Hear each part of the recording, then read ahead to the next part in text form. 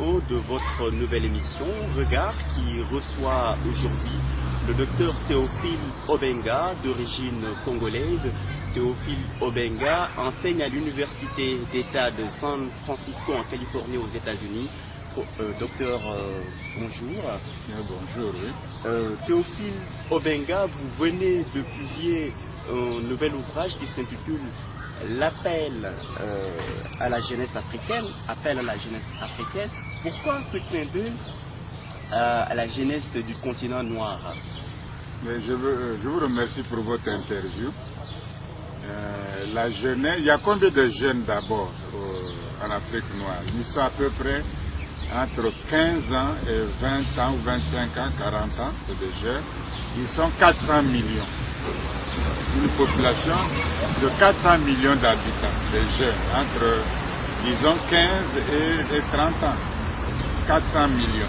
C'est une grande population. Bon. Est-ce qu'ils travaillent? Non. Ils sont en gros tous au chômage. On les emploie pendant les guerres civiles ou pour le pillage. Bon, le sida atteint énormément cette population-là. L'alcoolisme et le sida. Alors, ils sont au chômage, sans emploi, et c'est la partie la plus vigoureuse, la plus énergique de la société. Ce pas des adultes, ils ne sont pas des vieux, ils ne sont pas fatigués, donc il y a l'énergie juvénile. Et les pays sous-développés n'emploient pas cette énergie juvénile. Qu'est-ce que l'Afrique va devenir si la jeunesse africaine est sacrifiée aujourd'hui, c'est-à-dire les responsables d'ici 20 ans? Parce que ceux qui gouvernent aujourd'hui, dans 20 ans, ils ne seront plus là, par la force de la nature. Donc ceux qui ont 20 ans aujourd'hui auront 40 ans. Et ceux qui ont 30 ans, ils auront 50 ans, sinon 60 ans. Donc ils vont diriger l'Afrique, que tu le veux ou non. Mais est-ce qu'on les a préparés? Il y a non seulement l'Afrique, mais il y a le monde, il y a les organisations internationales. Comment préparer la jeunesse africaine à ce nouveau monde constitué par la mondialisation? Mais si vous ne les préparez pas d'abord, dans la misère, ils vont chercher à quitter le continent. Ils sont jeunes, ils sont vigoureux, ils vont prendre la mer, l'océan Atlantique, l'océan Indien ou la Méditerranée. Ils vont aller en Chine, en Asie, ils vont aller en Europe. Et arriver en Europe, on les aime pas. On appelle ça l'immigration choisie, l'immigration au cas par cas. On les aime pas. Donc voilà, l'Afrique ne les emploie pas. L'espace Schengen ne leur donne pas de visa, on les emploie pas. Qu'est-ce qu'on va devenir? C'est ça, c'est pas tellement la jeunesse, mais cette jeunesse appartient à un peuple, appartient à une race, appartient à un continent. Qu'est-ce que deviendrait le continent africain si cette jeunesse, cette masse est là comme ça là? C'est ça le problème. C'est pas tellement les jeunes là, ils se débrouillent toujours.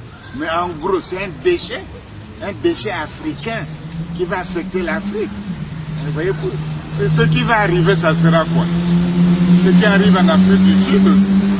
On a la pauvreté un peu partout. Les gens croient que l'Afrique du Sud c'est le salut, ou que ça soit l'Europe c'est le salut, ça sera comme ça. Mais on ne se rend pas compte du déchet. C'est ça le problème, ça ne dit rien.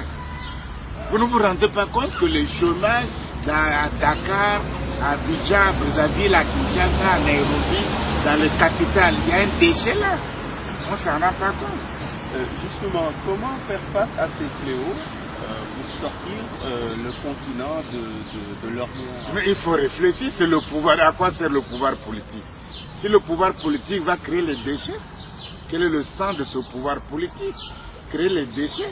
Donc il faut que les États, au niveau national, au niveau régional, au niveau panafricain de l'OIE, qu'on réfléchisse et qu'on trouve des fonds de la jeunesse, qu'on crée des écoles de métiers, parce qu'on est sous-développé de toute façon. Donc on a besoin de main-d'œuvre. Faisons des écoles de métiers et faisons des écoles de là où tout le monde peut travailler et aller faire ce. Enfin, on ne peut pas. Mais c'est la seule jeunesse qui change. Est-ce que la jeunesse américaine fait comme ça? La jeunesse de l'Amérique latine, la jeunesse asiatique, la jeunesse européenne. Mais ça ne vous dit rien aux Africains? Parce que le pouvoir asiatique, chinois ou indien s'occupe de la jeunesse. Parce que c'est leur propre destin. Donc il faut quand même C'est pas toi, c'est pas moi, c'est le pouvoir. Le pouvoir sert à résoudre ces problèmes. Comme un pouvoir crée un déchet. Mais donc le pouvoir est presque assassine. C'est le destin de l'Afrique. C'est ça que vous ne comprenez pas. Vous dites également dans vous, ça dit que nous, Africains.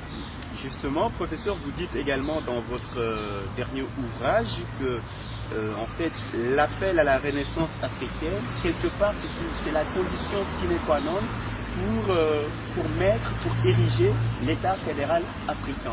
Oui, mais ça, c'est un peu trop vite. Aujourd'hui, le problème, c'est le chômage. Si vous ne faites pas, le reste, on peut trouver ça à long terme. L'État fédéral africain, c'est quand même à long terme, c'est pas aujourd'hui. Aujourd'hui, nous n'avons pas la conscience panafricaine. Nous avons la conscience sud-africaine, ou la conscience nigériane, ou la conscience sénégalaise. On n'a même pas la conscience de l'Afrique occidentale. Si moi je suis sénégalais, je m'en vais au Niger, je suis étranger. Donc on n'a même pas la conscience ouest-africaine. Pourtant, il y a la CEDEAO. Mais c'est une institution ne crée pas la conscience. Une institution ne crée pas la conscience. Il y a longtemps qu'on a créé des organismes en Europe. Ça que l'Euratom, le charbon. Mais il n'y avait pas la conscience européenne. Donc c'était des organismes. Mais après, ils ont travaillé. L'idée de l'Europe a fait son chemin. Bon, tout le monde trouve normal qu'on fasse l'Europe. Mais au début, ce n'était pas comme ça. Au début, ce n'était pas donné. Vous contestez, vous jugez quelque part donc que les organisations régionales africaines... Non, ce n'est pas ça le problème. Le problème, ce n'est pas les organisations. Ça existe, mais c'est des organismes. Mais il faut voir, quel est leur pouvoir d'abord? Quel est le pouvoir politique de ces organismes? Les États qui ne paient pas les cotisations, ils n'ont aucun pouvoir, ils ne sanctionnent personne. Quel est le règlement? Ici, à Bruxelles, il y a un pouvoir. On peut foutre une amende à la France. S'ils ne font pas l'agriculture, ils ne respectent pas les quotas, la pêche et tout, Bruxelles peut leur foutre une amende. Il y a un pouvoir à Bruxelles. Mais l'Union africaine n'a pas de pouvoir. Quel est le pouvoir de la CEDEAO? Est-ce qu'ils peuvent blâmer un État africain? Ils peuvent foutre une amende à un État africain? Non. Alors, à quoi? Ce n'est pas des organismes de pouvoir. Un organisme qui n'a aucun pouvoir, ou un pouvoir purement administratif, à quoi ça sert même? Voilà pourquoi ça ne marche pas. Les organismes sous-régionaux ne marchent pas, parce qu'ils n'ont aucun pouvoir politique. Docteur, est-ce qu'il y a un problème de leadership si ça ne marche pas? Mais tout est lié, oui. Mais le pouvoir, c'est le pouvoir implique au moins une vision. Une vision. C'est-à-dire une vision avec un agenda. Demandez aux Africains quel est l'agenda d'ici 10 ans, 20 ans, 30 ans.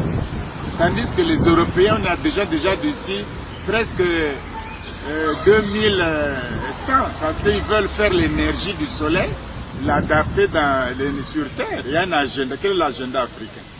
Il n'y a pas d'agenda. Donc il n'y a pas de vision. On peut aller en Chine, on peut aller au Japon, on peut aller à New Delhi en ligne dispersée.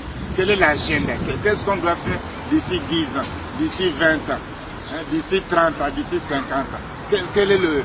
Comment on doit travailler? Nous allons où? Quelles sont les missions accomplies? Quel est l'agenda? Où est le calendrier? Panafricain ou africain ou dans un État? Quel sera? Comment on va résoudre le problème de la santé dans tel État particulier d'ici 50 ans? Quel est le programme? Comment sera l'évolution de la population, de la jeunesse? Parce que, tu vois, comme on ne réfléchit pas réellement, et on crée un lycée ou une université pour 200 étudiants. Bon, d'accord. Mais dans 3 ans, ils sont 4000 étudiants. L'université vieillit après 10 ans de création. C'est incroyable. Incroyable. Mais ailleurs, les universités sont créées pour rester au moins un siècle. Parce qu'on voit grand. Il y a l'espace, on est agrandi, on a grandi, on a grandi, on a grandi. Mais chez nous, on ne peut même pas agrandir l'université. Vous faites l'éloge souvent des anciens hommes d'État africains, Lumumba, Julius Nyerere, entre autres. Est-ce qu'eux, ils avaient quelque part cette vision, cette clairvoyance pour sortir le continent de la situation dans laquelle... Non, on fait pas l'éloge, des chefs d'État africains passés, non, c'est pas les chefs d'État, c'est pas tous. Kwame Nkrumah, quand il est arrivé au pouvoir, il a amené l'idée, au moins le concept de panafricanisme. Les Jomo Kenyatta ont amené ça, les Nyerere ont amené ça. Ça dit que nos États là, nos États tels qu'ils sont, à l'heure actuelle, les nations-États, ne peuvent... ce n'est plus ça au XXIe siècle. Ils avaient déjà prévu ça. Parce que comment veux-tu, la Chine, tu t'imagines la Chine? Mais que peut faire un État? Je m'excuse, hein, c'est pas... On peut nommer un État de la Guinée équatoriale ou le Togo. Qu'est-ce qu'ils vont faire devant la Chine? Mais ça ne vous dit rien, vous? Qu'est-ce qu'ils vont faire devant la Chine? Militairement, le spatial, le naval, l'aérien, les télécommunications, la science, l'énergie atomique. Un État africain va faire quoi? Un État africain va faire quoi? Quel est le budget d'un État africain? Il ne peut même pas payer un réacteur atomique. Il ne peut même pas avoir un petit laboratoire. Alors à quoi ça sert d'avoir 1000 États pendant que les États-Unis ont le Mexique, les États-Unis, le Canada, un bloc, pendant que les Hugo Chavez, le Venezuela, l'Amérique latine, l'Argentine, le Brésil, ils ont un bloc économique puissant, militairement, économiquement, pendant que l'Europe, de 7, ils sont maintenant à 27 États, avec le spatial, l'économique, l'argent, le franc lourd, l'euro est lourd, la science, l'espace, la technologie, la sécurité militaire, ils ont la bombe atomique. Bon, l'Inde est un grand État, une grande puissance en soi, ils sont plusieurs millions d'habitants, ils ont la maîtrise du nucléaire. Bon, la Chine, ils ont plus d'1 milliard d'habitants. Mais le Congo a même pas 5 millions d'habitants. Comment on va acheter même la technologie moderne? Alors vous voyez bien que ces États ne sont pas viables. Et on vous propose quoi? On vous propose la France-Afrique, ça ne tient pas non plus. Et ça vous propose l'euro-Afrique, ça ne tient pas. Ce qui peut tenir, c'est le schéma panafricain. Parce que ça, c'est viable. C'est depuis les Marcus Garvey, depuis les Kwame Nkrumah. Donc on ne fait pas leur éloge. Et comment on fait que leur vision était la bonne vision. Comment va se faire ce schéma africain dont vous parlez, qui a été développé par Marcus Garvey? Mais qui fait la Chine? Ce sont les Chinois. Qui fait l'Europe? C'est les Blancs, c'est les Européens. Qui fait l'Amérique latine? C'est l'Amérique latine. Et qui fait les États-Unis? C'est que les Américains. Ce n'est pas les Chinois qui vont faire l'Afrique. Ce n'est pas les Indiens qui vont faire l'Afrique. Ce n'est pas les Blancs. Ce n'est pas la France ou les Belges qui vont faire le Congo belge. Ce n'est pas eux. Ce sont les Africains eux-mêmes. Ils ont l'intelligence, ils ont des cadres, ils ont la terre, ils ont le pays, ils ont les ressources minières. Ils sont au XXIe siècle, ils voyagent, ils voient. Rien ne leur manque. Il suffit qu'ils s'organisent. Il leur manque peut-être l'amour de l'Afrique.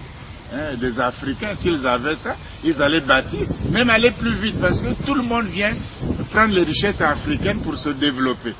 Les richesses africaines développent les autres. Les richesses africaines ne développent pas l'Afrique. Mais pourquoi? Par la faute des Africains. Tu as l'or, le diamant, l'uranium, tu ne fous rien avec. Mais moi je viens, je signe un petit contrat, je te donne des petites miettes là, et puis je prends l'uranium, je fais mes bombes atomiques, je me protège, je fais ma sécurité, c'est tout. Structurellement, pour avoir des grands ensembles comme le Mercosur en Amérique du Sud, comme l'ALENA en Amérique du Nord ou l'Union européenne, qu'est-ce qu'il faut pour l'UIA pour qu'elle incarne véritablement, pour qu'elle soit un levier de développement pour le continent? Mais ça dit qu'il faut voir, mais qu'est-ce qui manque à l'Afrique? Qu'est-ce qui manque à l'Afrique? Il y a des grands juristes qui peuvent penser, il y a des grands économistes qui peuvent penser, il y a des grands diplomates qui peuvent penser, il y a des grands scientifiques qui peuvent penser, mais rien ne manque à l'Afrique, non?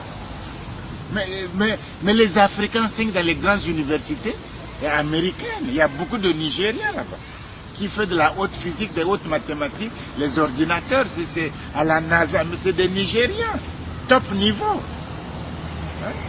Diarra, il est bien malien, celui qui faisait les calculs mathématiques pour lancer quand même les navettes ou les outils dans l'espace en masse. C'est un malien. Cheikh Modibo Diarra. Alors, qu'est-ce qui manque à l'Afrique?